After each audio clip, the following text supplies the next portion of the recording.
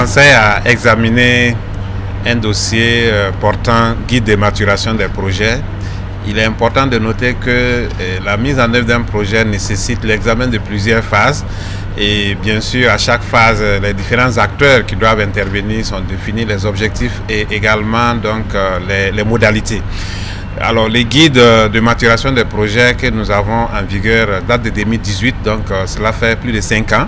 Et il est important que dans ce genre de situation, qu'on puisse s'arrêter pour regarder est-ce que les guides tels qu'il est prévu depuis 2018 répond aux priorités du moment, est-ce qu'il n'y a pas des ajustements à faire. Donc c'est ce travail qui a été fait à travers donc une étude qui a montré effectivement que les guides en vigueur présentent quelques limites. Et donc la nouvelle version du guide prend en compte ces limites pour apporter donc des améliorations au guide de maturation des projets.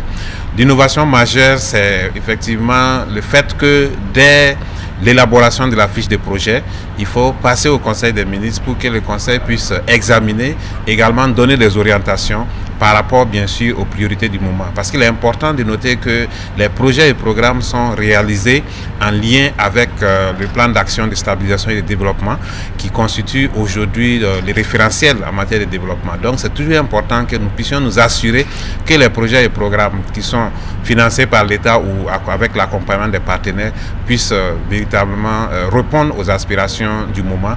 Et donc c'est ce qui a nécessité qu'on définisse donc la revue de la fiche de projet pour donner des orientations avant de continuer aux autres phases, notamment donc la signature de l'accord et avant donc de passer à la ratification. Pour le deuxième dossier, il s'agit de l'opération de contrôle de services faits, de présence et également des éléments de rémunération des agents de l'État.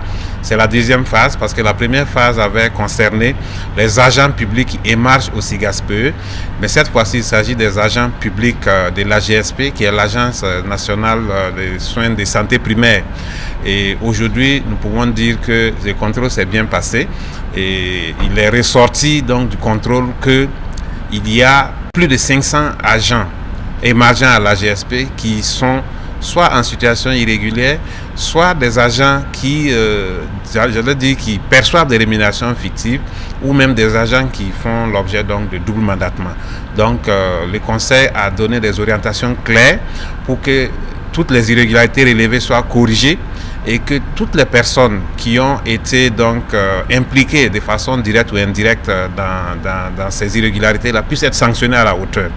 Et on va d'ailleurs aller plus loin en passant à une opération de contrôle de présence effective. Ça sera conduit par le ministère de la fonction publique. Et il est important que dans toutes les structures, les premiers responsables s'assurent que tous ceux qui sont sous leur coupe, qui émargent le budget de l'État, sont effectivement à leur poste et travaillent. Sinon, à l'issue du contrôle, nous allons donc faire le point et identifier tous les agents qui ne sont pas là et qui continuent de percevoir les salaires.